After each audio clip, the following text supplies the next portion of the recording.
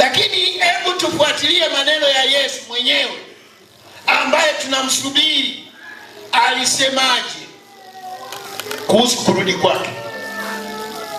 Wakati mwingine unaweza ukasikia maelezo ya mtu mwingine akieleza habari za mtu mwingine, lakini sio zake yeye mwenyewe.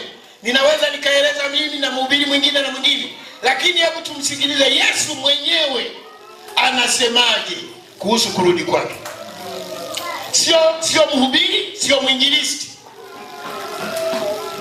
Yesu mwenyewe anasema nini? Wanafunzi wa Yesu walijua kwamba Yesu atarudi, maana aliwaambia mara kadhaa. Siku moja walimuuliza maswali. Nikianza mstari wa 3 sura ya 24, ninaanza na maswali ambayo wanafunzi wake walitaka wajue kwa uhakika